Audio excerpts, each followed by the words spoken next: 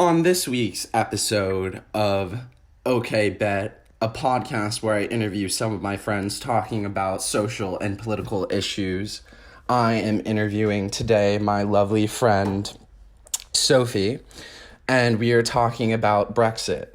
And this week's question, is Brexit as awful and crazy as it seems? So how are you, love? I haven't seen you in so long. How have you been? Yeah, I've been all right. I've been in the States now for 6 months. I was in the UK from January till June, and now I'm back and taking finals, which is abysmal. Same here. Well, as you know, this is a podcast for one of my finals for my European integration class, and I thought it would be perfect to bring on a Londoner on my show to talk about Brexit. So let's kick it off with an easy question. So where were you in the States or London back home when Brexit happened? And just tell us about yourself. What connection do you have to the UK and growing up in London and all about that fun stuff? Alrighty, so I was born in the United States. My parents are American, but my dad grew up in England, even though his parents are American. And I moved to the UK when I was 2, and I lived in England from 2 until 18, so pretty much my entire life. I have dual citizenship, so I can vote in both places, which in 2016 was terrible. So yeah, it was the first election I got to vote in, was the Brexit referendum. And I voted by mail because I was going to be in the US on the day of June 25th. So I filled in my ballot, I sent it in, and then I flew to the States. And I remember the night before the referendum suddenly feeling really nervous because pretty much everyone who was Remain, like me included, felt pretty certain that it wasn't going to go the way that it did. Like we thought we were going to stay in the EU. And the night before I was like, oh no, I have a bad feeling about this. And I woke up in the US at, I think, about 3 a.m. that night. So in UK time, the election was already over. And I turned on my phone and it said that the United Kingdom had left the European Union. And I went, oh, thank God, I'm dreaming. And I went back to bed and I woke up a couple hours later and then I was like, oh, wait a minute, was I dreaming? And I checked my phone again and I was not, which was awful. Yeah, so I came downstairs, talked to my parents, we were all very upset, and that was my memory of Brexit. Well, that ties into my next question. What does it mean to you? I feel like you already gave a little bit of an introduction to that. Like you felt really sad and you didn't believe it at first. But what does it mean? Like what did it signify to you?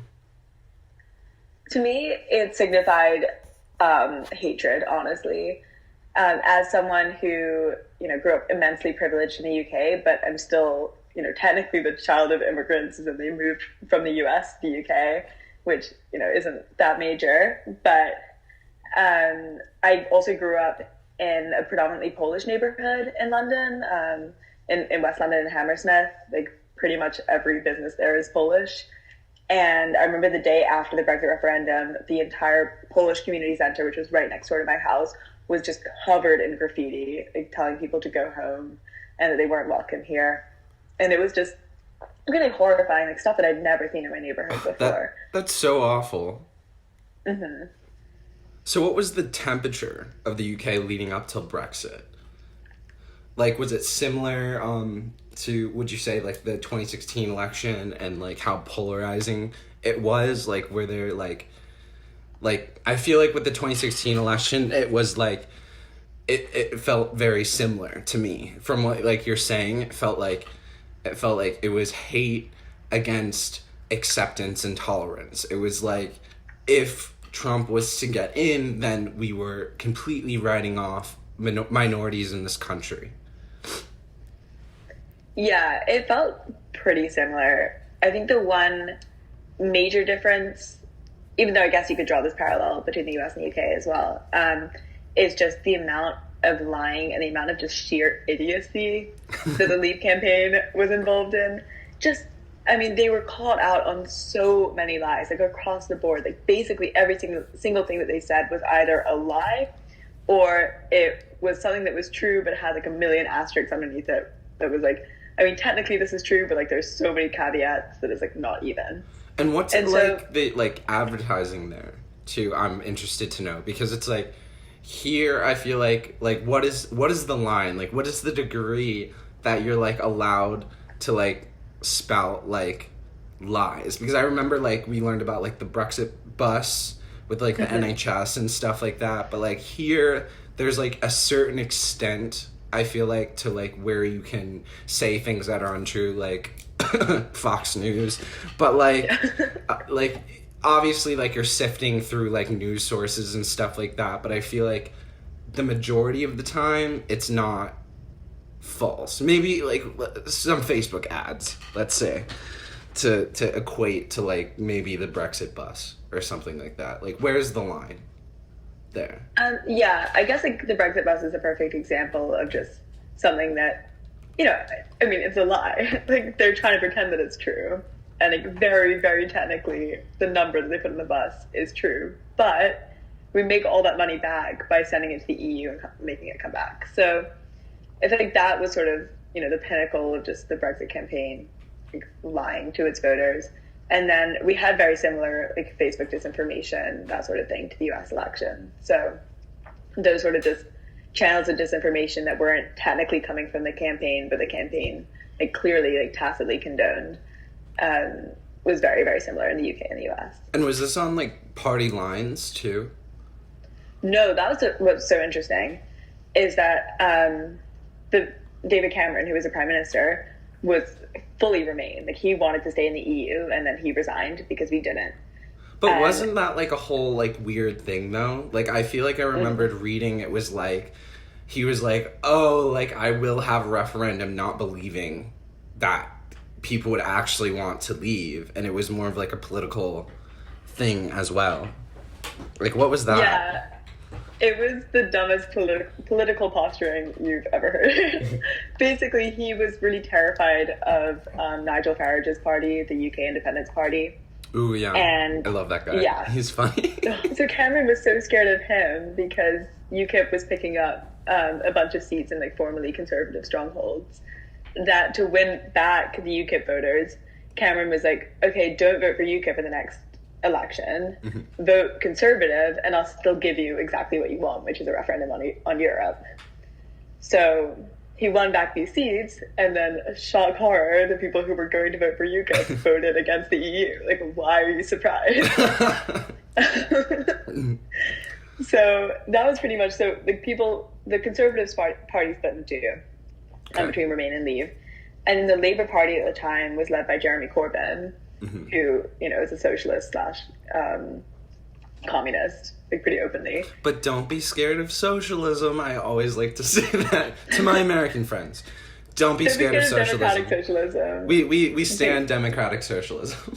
Oh yeah, absolutely. Yeah, don't get me wrong. We don't stand Jeremy Corbyn, or at least I'm not a fan. And he was firmly, he's been against the European Union since forever. Like he hates the EU. And technically in his role as head of the Labour Party, he was supposed to be like a pro-Remain, because the Labour Party as a whole is pro-Remain. Okay. But in his capacity as leader, he did nothing. Like, absolutely nothing.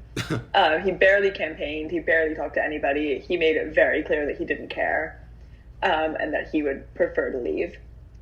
So there was a massive dearth of leadership on the Remain side, from both parties, which was very frustrating. And like the Liberal Democrats, who's like kind of a smaller third party, was Remain, but no one really cares about them. So. I mean, I vote for them, but it's tragic.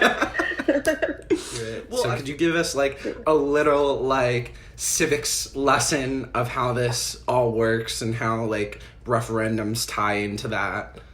Like, are they binding? Like, yeah, okay, I'll do my best.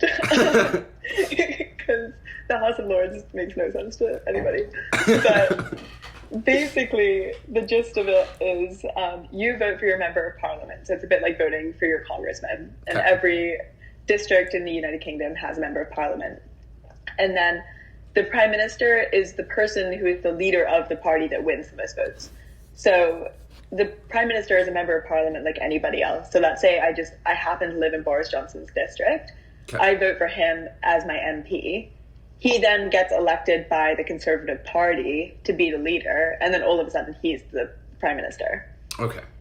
But I mean, I for example, I live in Hammersmith.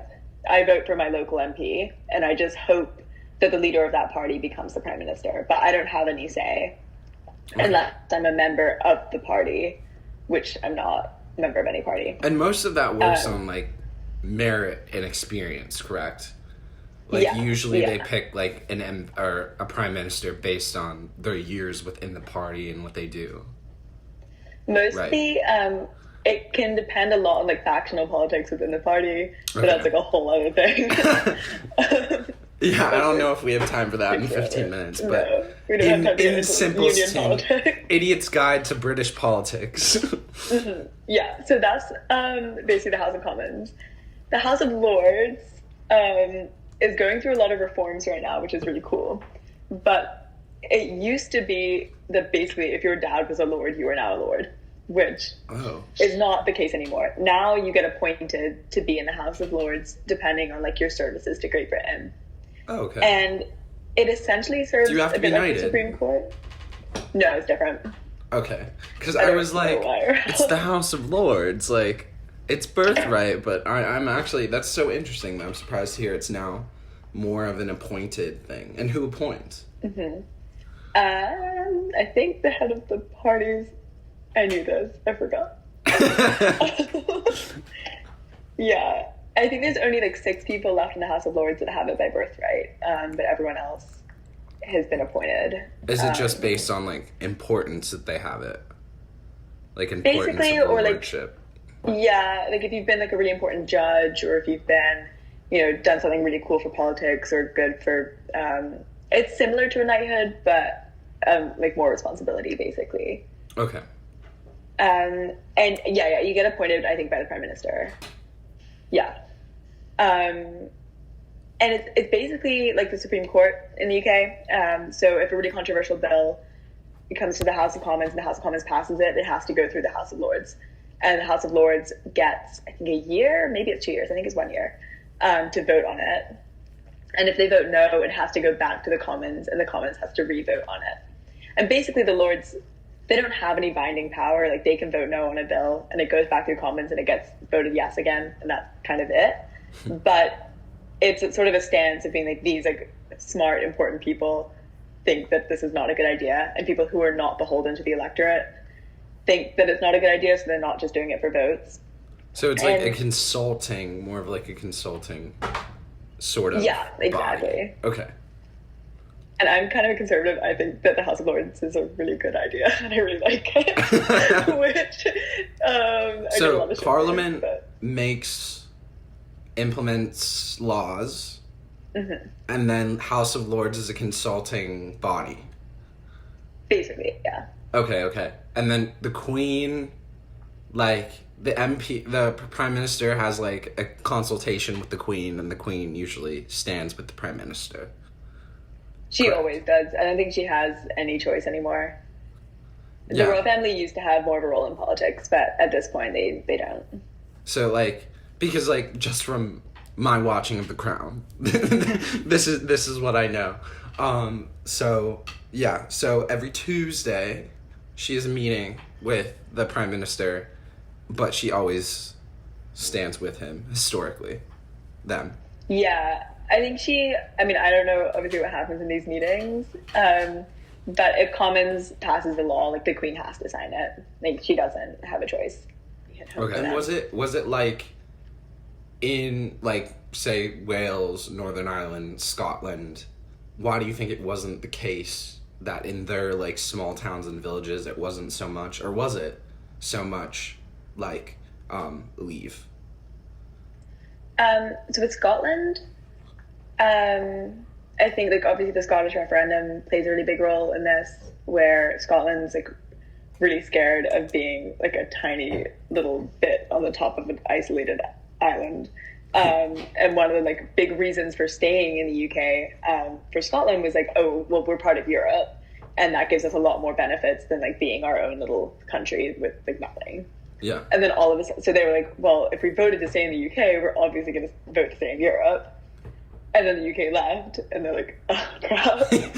Yeah, what was the point? What was the reason of voting then? And then with Northern Ireland as well, like there's so much extra history of like the border with Ireland, because like Ireland is a member of Europe, and they're not going to leave Europe, at least not that I know of.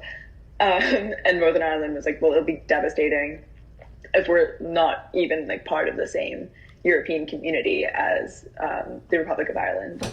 Mm-hmm. What about Wales? I'm interested to know, because I feel like they have more of maybe an allegiance to England or like historical tie than the rest of, maybe because they're the closest. I don't know. I'm kind of just like drawing at straws here, but like from what I know about the UK and England, it just feels like maybe they have a closer relationship to England. Yeah, I think that was largely it. I mean, Wales voted like very strongly for Brexit, which was kind of surprising. I think Wales tends to be more conservative as a whole, very religious, I'm pretty sure, like very Protestant country, or like part of the UK. There's only really one like big urban hub, which is Cardiff, and like even that's like it's a small town / city. Not a lot going on. So I think if you're looking at like, you know, small villages in the middle of nowhere that are voting leave, like Wales is kind of like the perfect example. And then, like we kind of talked about before our interview, talk about that. I want you to reiterate like what that summer was like. You were talking about the summer leading up to the vote, like what were you doing? What was the atmosphere like? And how did certain, let's say, like social media and now global TV shows like Love Island came into like the social commentary like connected to Brexit? Yeah, so I think like, I mean, the summer leading up to Brexit itself was pretty tame. I definitely lived in a bubble, but I think so many people living in London in particular were just like, not that big of a deal, like we're going to remain, like you don't need to get too worked up about it.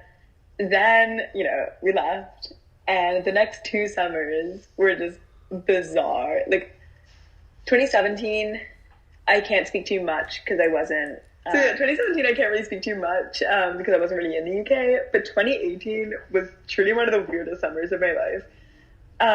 The tension was just like, it was so palpable. Like everyone was stressed about Brexit. Like just anywhere you looked, every news story was about Brexit. Everyone was talking about Brexit. People still didn't know what it meant, which was like a huge deal because it had been 2 years since we left or voted to leave. And people were like, is it happening? Is it not? What should I do? And that was the summer, that Love Island, just like this trash reality show just blew up. And I kid you not, like literally every single person in the UK was watching this show and was talking about this show. And I think for a large reason, it was because we didn't want to talk about Brexit. No one could talk about it anymore. No one could stomach the reality of what was happening. And so we had, you know, this hour of escape every single night except for Saturdays, where you could watch really hot people hanging out on an island in Spain and not have to talk about Brexit. And it was everywhere. I mean, like, as I told you before this podcast, like I was working at a pub and people would be like fighting over the remote to be either watching the World Cup or Love Island. And it would be like, no, I want to watch Love Island. Someone else would be like, I want to watch the World Cup. And it was like, oh my God, we're working at a pub and people want to watch reality TV. Like, what is happening? So now I will be playing a clip from Love Island so we can dispel some of the misconceptions our UK viewers have of the Brexit situation. Think about Brexit. What's that? Like, we're leaving the European Union. I seriously don't have. So, like, it was to leave the EU, so we wouldn't be part of Europe. Like welfare and like things we trade with would be cut down. So does that mean we won't have any cheese? Cheese? Oh. No. What? It's got nothing to do with it, though, whatsoever. We have trees. What you saw? No, we're just not in the European Union. We're still classed as like being in Europe. Doesn't it mean it would be harder to like go to like Spain and stuff? So it'd be harder to go on holidays. Yeah, I think so. Oh, I love my holidays. Yeah. So, what were your thoughts on that clip from Love Island? Yeah, I have a lot of thoughts. My first one is justice for Haley because she is technically correct. We will have fewer trees. This is because we import a lot of seeds from France to the UK to be able to grow them in our forests. And we don't know like what the future of like that kind of trade is going to be. So we might end up having fewer trees in the UK. So, well, that is just incredible. I think like definitely the two larger things is one, how it like talking about Brexit did infiltrate everything and still does. Like they're on Love Island, they're just looking to find love and they're talking about Brexit. And it felt really real to a lot of us watching because like you couldn't go like 2 hours without someone bringing up Brexit. Like you just couldn't do it. So that felt really realistic. The other thing is, I hate to use this word because like it's obviously really pointed, but like the ignorance around the issue. I think like my biggest anger and frustration about Brexit was that it just should never have been a referendum. Like you vote for your elected officials because you vote for people who you think are going to make the right decision.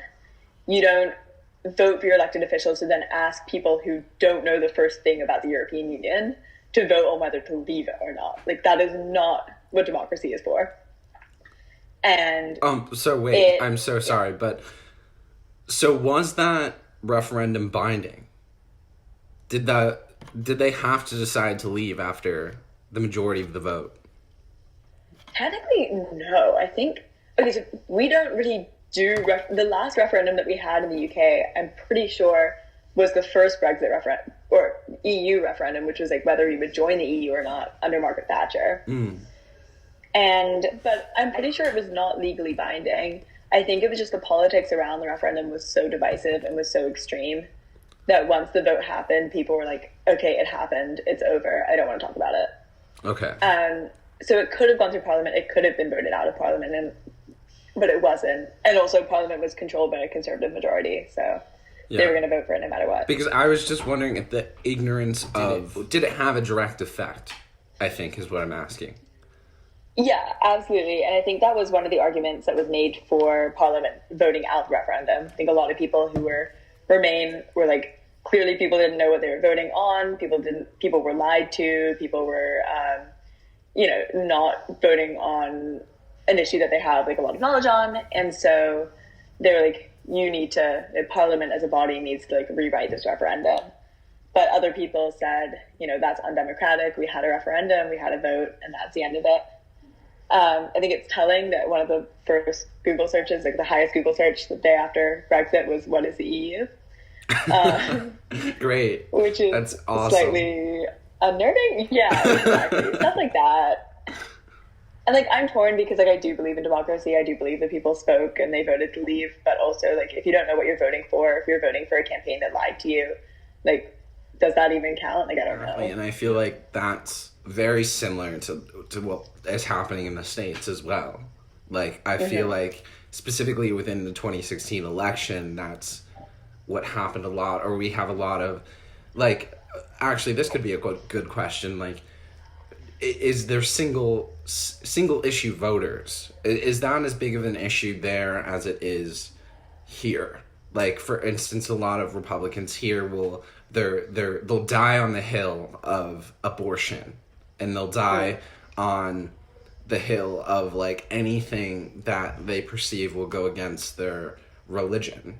And our government is not supposed to be religious. Like, is there single voter issues on the basis of religion, or is it more open-minded? And specifically, how does that relate to this vote, you think?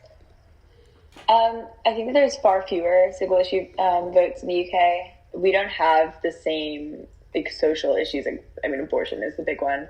in the UK, or guns, for example. Like those are just not issues in the UK. But there was definitely a single issue vote on Brexit, and it was immigration. I think this was obviously in the shadow of the big Syrian migration crisis, and a lot of Brits who were scared either because, they're blatantly xenophobic or because of news that was created to scare people. And that hits me hard because, of course, I love the kebab shops. Like, that's the greatest hate. Do not hate on my kebab shops.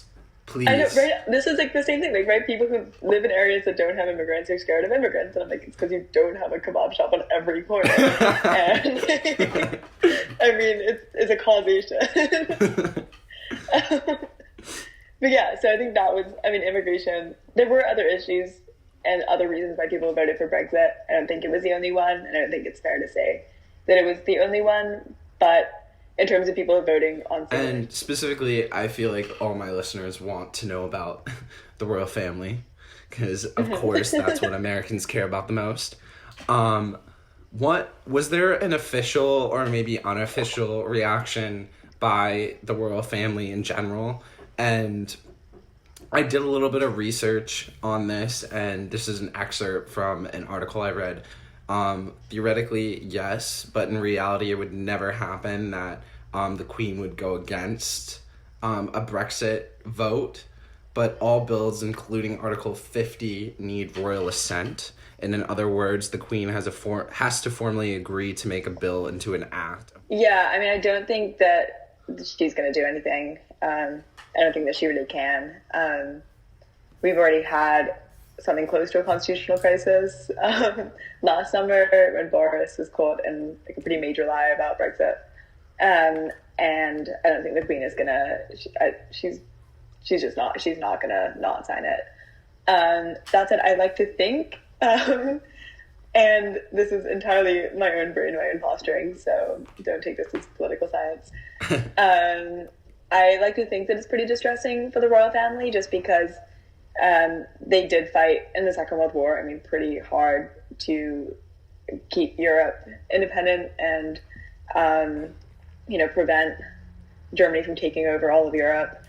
And that's, a huge legacy in the UK of like saving France and Belgium. And that's like a big part of British lore. And obviously, Harry's like really liberal. I think William's like pretty liberal leaning. And I like to think that the British family was not pro-leave. What do you think the biggest roadblock will be following Brexit? Yeah, it's going to be bad. There's two very major things. One is Ireland, that people don't realize how recent the Good Friday Agreement was and how absolutely brutal the war between Northern Ireland and Ireland was. Because that was the 90s, right? That was still pretty... The troubles are still pretty fresh. Yeah, they are very fresh. There is still a hard border in the middle of Belfast that you are not supposed to cross at a certain time of night. Like, there are armed guards who patrol halfway through Belfast. Like, it is very bad. Yikes. And to this day? They're gonna... Yeah, today. Mm-hmm. Damn. And if they're gonna create a trade barrier between Northern Ireland and Ireland and stop people from being able to travel easily back and forth, that is incredible. That's super dangerous and kind of terrifying, and will almost definitely reinvigorate the IRA, who are, the people in Northern Ireland who want to create a united Ireland. And their political body is Sinn Féin, so people who serve in Parliament under the IRA are called Sinn Féin. Side note, great job, because they're members of Parliament, but they literally never show up. They're still not paid, so kind of on it. Anyway, so Ireland is the first big one, and the second big one is just that we don't have a leave agreement yet. We're supposed to leave on January 1st, and we don't have an agreement. Do you think further economic strife will be ensuing in the UK? And how will that affect trade deals and connections with other countries here and abroad, and even further, how is this going to affect the Commonwealth? Like, how is this affecting me as a Canadian? Yeah, I mean, I guess the short answer is I have no idea, because nobody has any idea, because, again, we don't have a deal. I'm trying not to be too pessimistic about it, but it seems like having a trade border between the UK and France, like not being able to cross the Channel Tunnel without every single thing that's crossing the border being inspected. So like that's every single lorry that's ever crossed the Channel Tunnel needs to be inspected thoroughly. Like that, I mean, just is time consuming, and like time is money or whatever. Like it's going to be expensive. Yeah, like no I was what. reading the Eurostar was the only real thing that was going through the channel, right? Correct. And obviously that will affect their bottom line. I'm not really sure which country or state owns that. Is it a British company? I think it's French. French I company? think the French own it, yeah. But yeah, I mean, like it's terrible. Yeah, again, like I'm trying not to be too pessimistic because like nobody has any of the full details, but I think it's going to be, at least for the first 5 years, like pretty bad. In terms of the Commonwealth, it might actually be quite good, because the Commonwealth nations are the only nations that the UK can really trade with right now, or has a really good relationship with. One up for So I Trudeau, know they're definitely vamping up. Yeah, they're definitely vamping up their trade with Canada, with Australia, and with New Zealand, and they're also trying to trade more with like India and Jamaica, and like formerly colonized countries. Is it looking up or is it looking down having Biden as the new president? Not even we won't even get into the coup, the light coup that's inciting right now, but let's just assume Biden is going to be president within a month. What does that mean for Britain and trade deals? Yeah, that's actually a really great question. So Biden has made it very clear that he's not going to sign any trade agreement with the UK that if the UK violates the Good Friday Agreement, because Biden is Irish American and he feels very strongly that the Good Friday Agreement is like one of the greatest peace deals of all time. So to an extent, they're screwed a little bit. Yeah. They're screwed. He's like, so if you create a hard border in Ireland, like we are not essentially trading with the UK, which is bold. And yeah, really powerful. So that I think Boris was definitely not counting on that. Did not think that was going to happen. And he's in another round of negotiations now. I mean, I think like it's very much like grass is greener situation. Like maybe the EU was a sinking ship. There were so many countries that were thinking about leaving and taking it pretty seriously and putting it up for a vote. And then the UK left, and all the other countries, I mean, like Italy and Greece and Spain in particular, saw just what a, I don't know if I'm allowed to swear on here, but a shit show. Saw just like what a disaster it was, and went, oh my, like we're not voting for this. Like we can't do this. It's too expensive. It's too time consuming. It's too divisive. Well, I mean, just to continue that, is the UK setting a precedent? Then you're scaring me. I think except like whatever the reverse of a precedent is, like don't do that. It's like it's dumb. That's a little bit better. I think they're showing every other nation that like it's so difficult to leave the EU, and like it's been 4 years and they still haven't done it. And they said like, oh, we'll be out by Christmas, whatever. And that's still all the other countries are just like, nah, never mind. Well, at least something you could say good a little bit came out of it, like showing these other nations who were considering it that this wasn't a good idea. Well, you already told me how it's more of a demographic issue within the UK, but obviously, like, it's Boris's conservative government that's handling the transition, correct? So, do you think, is there a possibility that, like, a more liberal, like a Lib Dem or like a Labour government or even a government coalition that will come in the near future?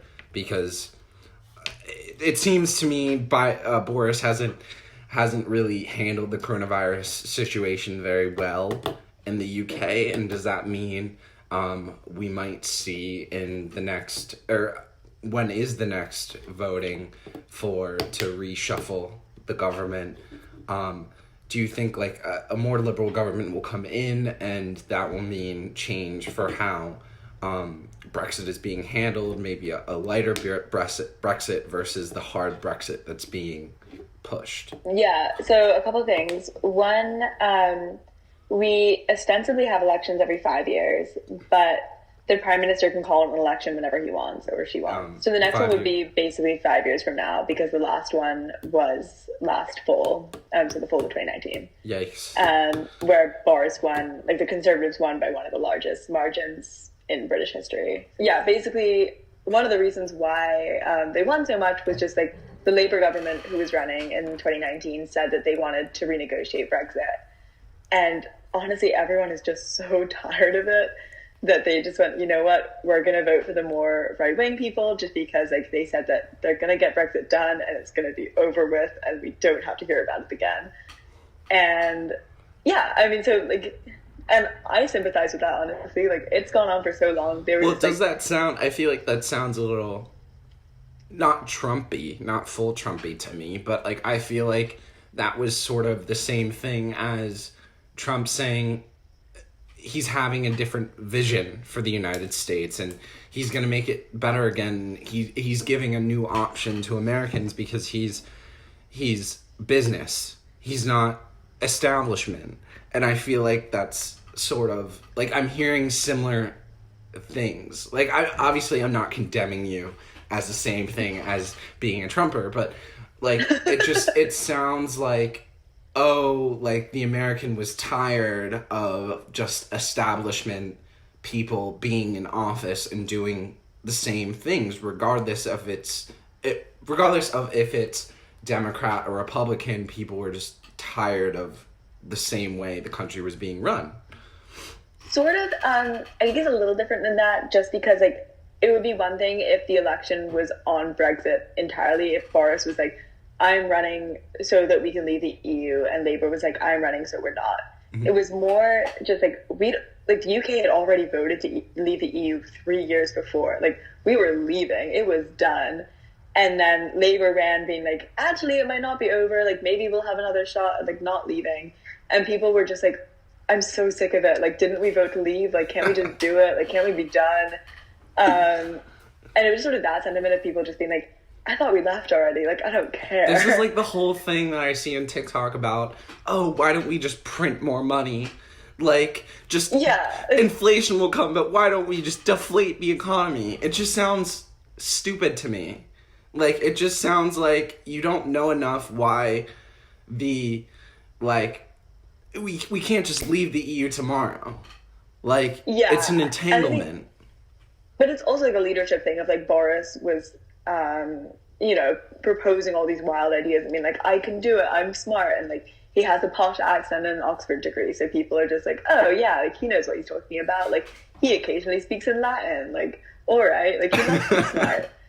And now, I mean, it's obviously super clear that he has no idea what he's talking about, and he's been just lying. Do you think he'll go so far as to get like a vote of no confidence, or is that threshold still there? I think there should be a vote of no confidence against him. I think he's just fumbled literally everything. I will always stand my girl Theresa May. Like, I feel like she got shat on so much, but like so much. Like, so much. Like, she was doing the most. And she literally was just trying, and everyone hated her. And then, to some extent, I just feel like it's a white, posh man who is in government right now, and everyone's like, but he knows what he's doing. He knows what he's doing. And I'll do it in my British accent. He knows what he's doing. That was horrible. But, like, he knows what he's doing. And it was just because Theresa May's a woman...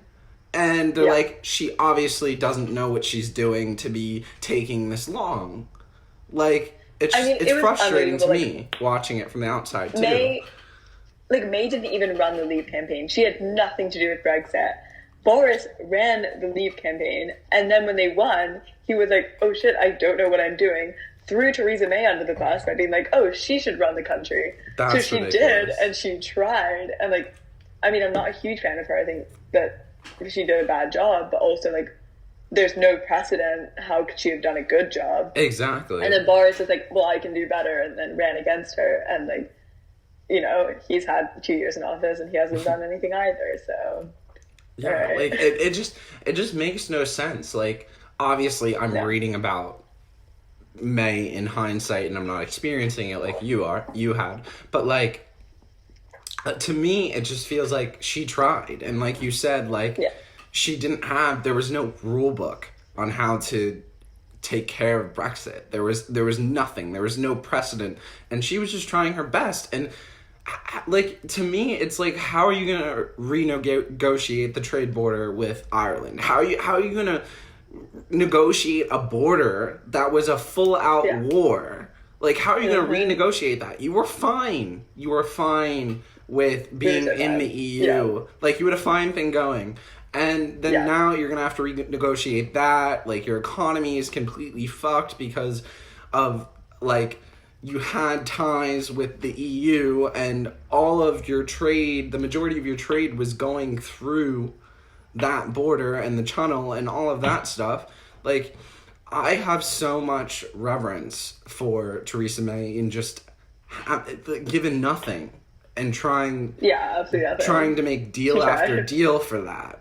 But as I said, I digress. Like, I was everyone. I was not her there. Party, like, the opposite as party, much as I have an opinion, I really can't have an opinion because I'm only part of the Commonwealth and I'm not an official citizen. But, like, I'm just the most mad about, like, why hasn't Boris had a vote of no confidence yet? Why hasn't that been a thing?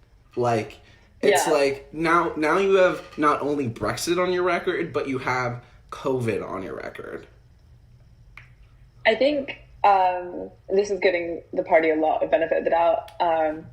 I think it's probably because of COVID. Just, there's been so much happening in the UK this year that they just haven't had time to be like, wait a minute, we need to vote this guy out. And the amount of effort that it takes to organize a vote of no confidence and then to vote for a new leader and like have elections and all of that is like very time consuming and very difficult. How do you think like xenophobia and like homophobia and all the phobias have been affected because of Boris's government, because of what it signifies, do you think? Yeah, I mean, I think it's gotten worse. I think there are stats out there saying that hate crimes have risen since Brexit, which is really distressing. I think it also just uncovered a lot of social issues that we didn't want to see. Because, like, kind of what I was saying earlier, like, the parties aren't really divided on social lines, they're more divided on, like, economic ideas. In previous elections, our, like, vote had always been on, like, you know, conservative ways of running the economy or, like, liberal ways. Like, the unions always voted Labour, and, like, the more, like, usually richer people always voted Conservative, and, like, that was kind of, like, the status quo. And then all of a sudden with Brexit, unions and like previously Labour strongholds voted Conservative. They voted to leave because like the social values of like anti-immigration were on display. And I think that showed, you know, a country that had previously thought that it was more like impervious to social problems, that there were like much larger issues that we needed to deal with. And they sort of came to the surface. Like, I feel like for a lot of Americans, like, the 2016 election was that wake-up call to be like, oh, we're on the right track, like, we're doing well, like, of course Hillary's gonna get elected, and then you get that slap in the face, and you're like, wait, our country isn't as healthy as I thought it once was. Was that the same sort of wake-up call for Brexit? Yeah. No, I think it definitely was. I think like the largest part, like one of the reasons why I was so upset was that my bubble was certainly burst. Like I'd grown up in London my entire life. Like London is one of the most diverse cities in the entire world. And it just didn't like make sense to me. Like the England that I knew was so welcoming, was so inclusive. Like obviously I'd witnessed, you know, xenophobia happening in London. Like I'd seen like bad things. Like I'd seen people not included, and you know, like openly excluded. Like I knew that happened, but I didn't realize that the whole country felt that way. I sort of assumed that the UK was better than it was. That said, I think there's more of a reason to feel that way in the UK than the US. Like the Conservative government under Cameron, legalized gay marriage, like, which was, you know, a huge liberal conservative divide in the US, and it just wasn't in the UK. Same with abortion. Like abortion's been legal in the UK for a really long time, and so in the US I was less surprised that Trump won because I knew that those divisions existed, whereas in the UK, like, I was really surprised. And how, in your opinion, do you think the situation in Northern Ireland will pan out? I feel like we touched upon.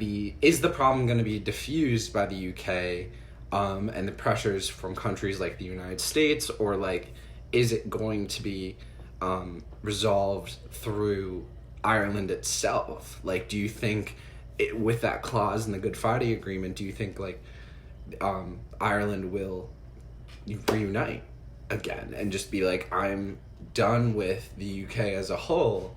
Yeah, I mean, like, simple answer is I have no idea. It's just like a mess. Basically, the two options are both garbage. Like, one is you violate the Good Friday Agreement, you create a trade barrier between Northern Ireland and the Republic of Ireland, which is a terrible idea. And that almost will certainly like reinvigorate the IRA and like Sinn Féin to create like violent sectarian movements or unitarian movements. And is this a time thing? Like, do you think if they go, like, as I understand it now, the border is still open. So like, if it continues to take the longest time to resolve itself, do you think the IRA will just invigorate in that way too as well, without the provocation of the border actually being closed, with just the possibility? Yeah, I think the fear of the border closing is definitely boiling. I don't know if it's enough to start like a full-blown war again, but it might be. Like, I don't know. Because the other option is like the Irish backstop, which is having a border essentially like outside of Northern Ireland, either just like in the middle of the sea, which seems stupid, or like on the border of Great Britain, so like Wales, England, and Scotland. And that is also like obviously problematic because that like basically means that Ireland is united again. Like, obviously, I mean, Northern Ireland wouldn't be part of Ireland, but that's creating a hard border outside of Ireland. And people who are separatists, like people who see themselves as Northern Irish, see themselves as members of the UK, like hate that because they're like, well, you're just separating us and you're making us part of Ireland, and like that's not what we signed up to do. So nobody's happy, and it doesn't look like there is a way to make anybody happy. And yeah, it's not good. So you think that like regardless of what happens, someone is gonna get offended? Like there is there is really no good solution. But I really wanted to talk about Scotland because even in my research about coronavirus, I think that's really influencing the Scottish on their new sort of understanding and what they think about what independence will mean. Because as you, I think, said earlier in this interview, like it was one thing when they were voting to be part of the UK, because that would have been another thing, because they would have just been their own separate country, and they would have to negotiate terms of being accepted into the EU, and that was like a big thing. So it was more of voting to be in the EU or not in the EU, and then Brexit happened, and then they're like, well, what was I really voting for then? Because now they would, like, they're out of the EU now, so what were they voting for? Is I feel like the whole atmosphere as of now, and then especially like with coronavirus had happened, is happening now. Their first minister, I think it's called, has perceivedly handled it better than Boris. Though I did read that the numbers were very similar. Scotland's losing 71 people a day at the time of the article that was written. I think it was written back in August. And that's in comparison to Boris Johnson's numbers in the UK, or in England, which is 81 or 87 people. So that is a little bit of a difference, but it's more of perception of what I've been reading. So do you think this will push Scotland to be more, I'm leaving now? So Brexit first, yeah, huge deal, right? Because the Scots were like, well, we shouldn't be our own country. Like, we're part of the EU, and now all of a sudden they're not, which was yikes, not great. And yeah, with coronavirus, I think a lot of it was like politicized. Like, the Scots did a really good job of making them seem like they're not the English, and like the English are screwing it up so badly. That said, like, there's a lot of truth to that. So I was in England from January until late June, and it was just like, it was shocking how poorly the Johnson government screwed it up. And I mean, so here's just an example, but this happened across the board. So a piece of science would come out, like, let's say everybody should wear a mask. The next day, or like 2 days after, Nicola Sturgeon, the first minister, would say, okay, we're putting in a mask mandate. Everybody inside of a public space has to wear a mask because, you know, the science. Yes. 2 weeks later, like, it was always 2 weeks later, Matt Hancock, the health secretary for Johnson, would go on national television and be like, we had this brilliant, innovative idea because we are following the scientists and we believe that everybody should wear a mask. And it's like, wait a minute. That's what they said 2 weeks ago. That's what the Scottish had been doing 2 weeks ago. I mean, it was unbelievable. Just like how shitty like, the British government were, like, how bad their job was. And I mean, obviously, like, Scotland does have a lot of stuff in its favor. Like, it's much, like, people live more spread out. They don't have, I mean, Edinburgh and Glasgow are the only two cities. But by and large, people live, like, more in the countryside. They have more fresh air. They can do more things outside. Whereas the UK has, like, huge metropolitan centres where the spread was much larger and much faster. And I think that does play a role. But, like, the government, I mean, they just did nothing, absolutely nothing in the UK, in England. And they deserve a lot of flack for that. How do you think that will specifically change how the Scottish will think about leaving at this point? Do you think this has exacerbated that process to an extent? Yeah, I mean, I think it absolutely has. I think another frustration that they have with leaving is that they don't have as much of a say, because, I mean, the Scottish, they have their own parliament. They also send members of parliament to parliament in London, which serves all four countries. But they're a relatively small bloc and they don't have that much representation. So I think they're already angry about Brexit because they don't really get to fight for the Scottish, and the Scottish Parliament doesn't get much of a say in, like, how Brexit happens because it has to do with the entire EU and the entire UK. So they were angry about that in the first place, and now that they've shown that they're vastly more competent than the British government, they're saying, like, okay, well, we dealt with, like, this massive crisis better than you, and we don't have, our, like, opinions aren't even being heard with Brexit. So, like, clearly you're going to be run by a bunch of idiots who are going to, like, force Scotland into a position that they never ever wanted to be in. And as I said, like, Scotland by and large, like, voted to remain, so they're already angry. And it's just, like, yeah, I mean, like, it's made things even more clear that they're just probably going to get a terrible deal with Brexit. And Scotland is, yeah, pretty pissed about it. And do you think this is sort of, like, going to be a precedent? Do you think most of the kingdoms of the UK are going to abandon now because of this? Like, to me, from the outside, I obviously don't know what it is on the ground, but I think you'll have a better understanding of it than I do.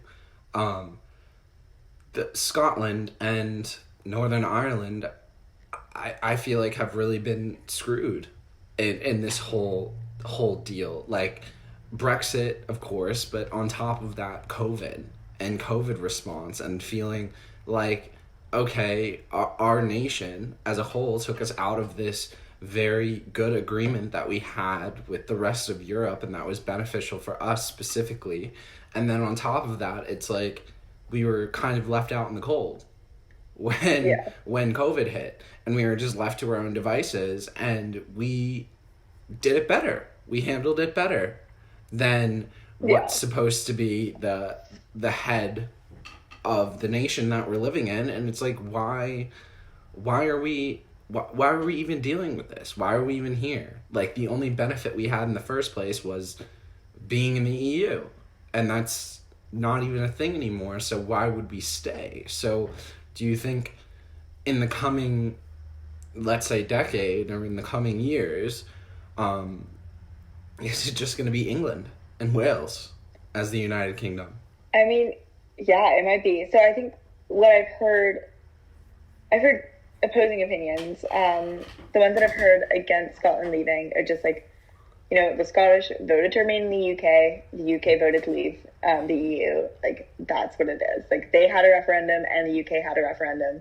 It's not fair to hold each referendum separately or say that they had different weights. Like, they are both referendums and they had, you know, the results were the results, and like that should be it. And like, that's how democracy works, and like, suck it up. Which I think, like, to an extent is a pretty fair answer. Like, you can't say that one referendum is binding and the other isn't. You can't say that, like, one referendum you can have a revote and the other one you can't. Just like, because it was happening in England versus if it's happening in Scotland. Yeah, like, they were both referendums, and like, the people said what they said, which I think is pretty fair. That said, the Scottish voted to remain in the UK when the UK was part of Europe, and they didn't see Brexit coming. And Brexit was not. And is that the first PM that calls that, or is it from Parliament? So it's the first PM of Scotland. Okay. Yeah. So she could call another referendum, and Nicola Sturgeon is a member of the Scottish National Party, which called the referendum in the first place. So she could do it if she wanted. They've already had two Scotland leave referendums. I would be surprised if they call another one this soon. I wouldn't be surprised if they call one if, like, Brexit comes through, there's no deal, or like the deal is terrible, and they're really angry. Then, yeah, Scotland might leave. Also, with COVID, like, Scotland basically closed their borders to the rest of the UK, and like, that hasn't happened since like Hadrian's Wall was built in like the Roman Empire. Like, there isn't a hard border between Scotland and England. There never really has been. And the fact that they were very willing and very eager to be like, nope, you can't come in, is kind of like, okay, is that a precedent? Like, are you going to start doing that more frequently? Regularly, yeah. As they might do. Yeah. How do you think the relationship with Europe or the UK will be with the rest of Europe? Like, emotional ties, kind of, like, I feel like if it's considered a sinking ship, we got Spain, we got Greece, we got Italy to some extent. How does it look to other states in Europe saying that, oh, the UK left a sinking ship and has zero loyalty and has completely shat on their honor within the EU? And what does that mean with the relationship with the EU as a whole, like, politically? Like, will these emotions seep into, like, trade deals? If there's citizens who are living abroad, EU citizens that are working in the UK, how does this look on, like, a human level? Yeah, I mean, I think like, the country as a whole, I think right now is the laughingstock of the EU. Like, we just look like idiots. Again, like, running a campaign based on lies, not being able to follow up on any of them because, again, they were lies. We just look ridiculous, and I think the rest of the EU is slightly grateful that we look so stupid, because they're not going to get dragged into our mess. But it's pretty sad from a British perspective. I think, like, yeah, as you asked, like, the human perspective is often left out of this conversation. I think it is the most important part of this conversation. I think another reason why I was so upset about Brexit was that I'd sort of dreamed of a life being able to work wherever I wanted in Europe. Like, The freedom of movement clause is so important to me.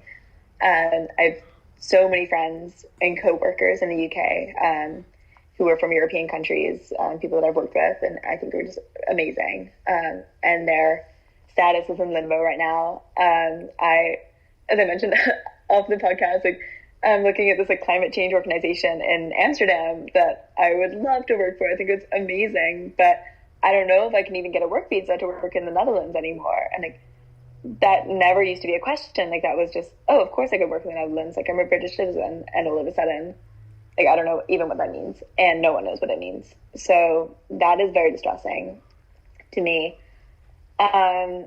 Also, so Boris Johnson basically said that in his immigration bill, he wouldn't allow immigrants into the UK who weren't going to earn above a certain amount. I think it was like £40,000 a year. And that if you didn't have a job that couldn't promise that much, then it would be much harder to get a work visa. And then when he got coronavirus, the two nurses who he thanked for saving his life, there were two nurses, and they're both European residents or European citizens, were working in the UK under work visas and earn less than £40,000 a year. And they literally saved his life. And he thanked them on national television for saving his life. And people were like, wait a minute, these two European women wouldn't even be allowed in the UK under your government. That's crazy. That's insane. Yeah. That's actually like horrible. Like yeah. That's like what I would say pulling a Trump. Like, you literally just put your foot in your mouth. Like, why? Like, why? Like, it just makes no sense to me, because it's like you're speaking out of both sides of your mouth at that point. Yeah. And I think about like all the other people's lives who they must have saved, like all the other families who like are better off because they exist. And like, I mean, that's like just two nurses as an example, but like so many other nurses who work in the NHS who aren't British, who are doing a phenomenal job, and they might be kicked out of the country. Well, let's talk about the NHS. Yeah. Like, can you dispel for me, because I feel like that is the hill to die on, apparently, for all of these Leave campaign people. They're like, oh, we could be giving all this money to the NHS, like, the NHS, and, like, as far as I know, and as far as you're telling me, like, the NHS seems fine. And, like, I feel like the costs drastically outweigh the benefits of Brexiting, just full on Brexit. So can you dispel any of these notions that the NHS is that hill to die on? Like, we need to give more funding to the NHS. Everyone loves the NHS. Like, should that be the hill to die on? Like, am I wrong? Yeah, I mean, it's kind of ridiculous. It makes me laugh a lot because like in the US, like all the debate is like whether we should have universal healthcare, like that's so divisive. And in the UK, it's like the far right. Yeah, I mean, it makes no sense. But the far right are like pushing for more money to our universal healthcare, which I think is like kind of hilarious. But yeah, I mean, like the NHS, like it definitely has its problems. There are really long wait times. Sometimes the healthcare that you get from there is like not super great, but yeah, I mean, how many nurses in the NHS are from Europe? Like, I think it's like over 50% of the nurses in the NHS are not from Britain, which is great. It's great. You should have people who have medical expertise in your hospitals. Like, that is wonderful. I don't care where they're from. And yeah, I mean, the Brexit bus was like how many millions of pounds that we send to Europe. Like, we get that money back, and the money that we get back is spent on the NHS. Like, we wouldn't be losing money by like staying part of the EU. Like, you send your money to the EU. Yeah, you do. We send millions of pounds to the EU, and then we get the millions of pounds back. That's just not, like, we're not just like flushing money down the drain. So that argument is just a completely disingenuous. And I mean, another thing, like with trade barriers, like we import medicines and vaccines and PPE and things that you need to prevent pandemics. We import almost all of it, and we import it from Europe. And so if we're going to have, hour-long trade lines at the Dover border because of Brexit, then we're going to be in a much worse off place, medically speaking, than we are right now by being part of the EU. And then we'll start to wind down now, but I want, one of my final last two questions is how does this affect you? Like, I want you to be the poster child, the example of, I'm sorry, I'm asking so much of you. As the poster child and example for, like, a half British, half American person who's going into the world, into the workforce as a UK citizen, because I know you have prospects and want to go back to the UK, and you kind of touched on it a little bit about wanting to work in Amsterdam. How does this affect you? And how does this affect your future and what you saw for yourself, as if you're going to work in the United States, or this has limited your abilities in working in other parts of Europe? Like, how is this new reality affected you, honestly? Yeah, I think, like, the fact that Brexit happened the year that I turned 18 was, like, especially formative, not necessarily in a good way.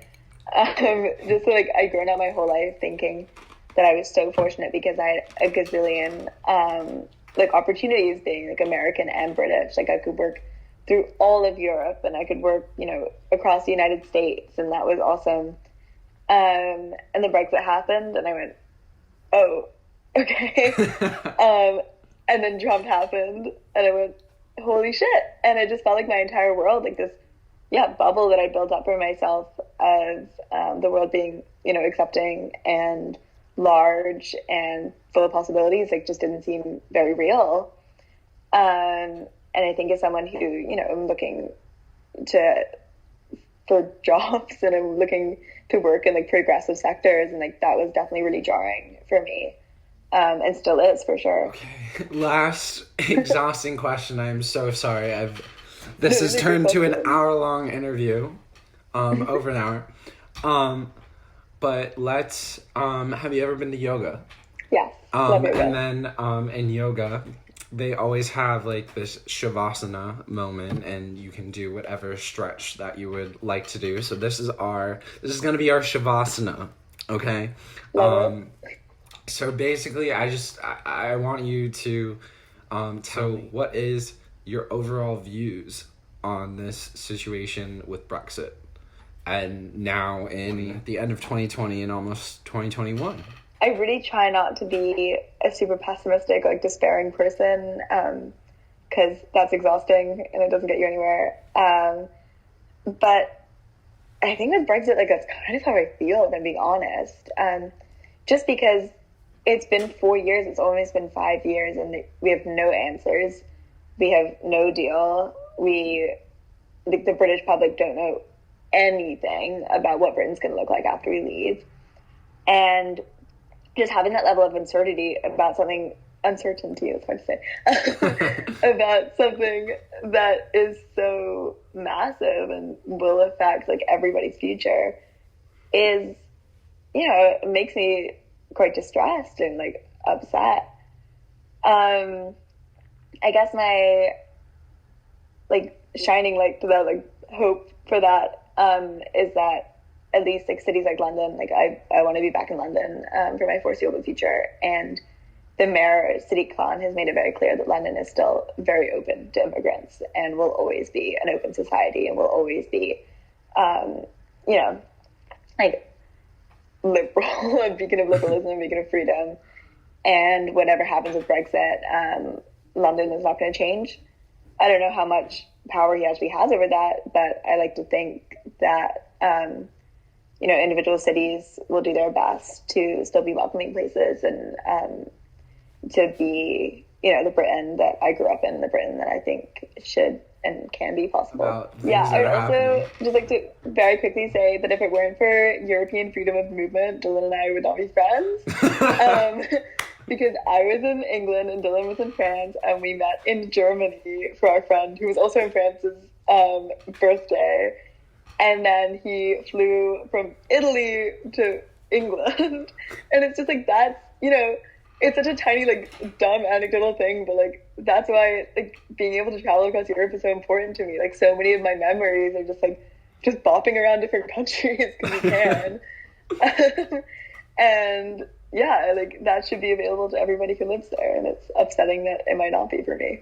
And like even too, I will double down on that. I feel like that's so important. Like the European experiment, I think, is one of the most important. Like I feel like everyone, at least here growing up, everyone has talked about the American democratic experiment, but come on, like the EU is incredible. Like that's incredible for actual like international states coming together and being like, we have a shared history, and we want, it goes to show that these countries are trying and they want to be together, and we want to create a world where we can come together and people, we're just citizens of the world rather than citizens of one specific country. And like you said, which was very good and very well, is we wouldn't even be friends without the laws that are in place within the EU and free movement and all that. We are an example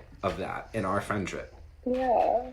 So, okay, we have to wrap up now. Thank you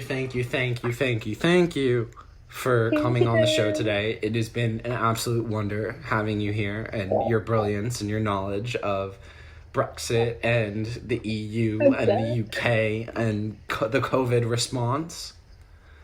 But yeah, thank you. Yeah. Thanks for having me. I gotta go pick up some pizza, so I'm just but it'll be lots. Okay. Au revoir. Bye. And that was this week's episode of OK Bet. I interviewed my friend Sophie Clark, a half British, half American citizen and political science student at Middlebury College. Thanks for listening.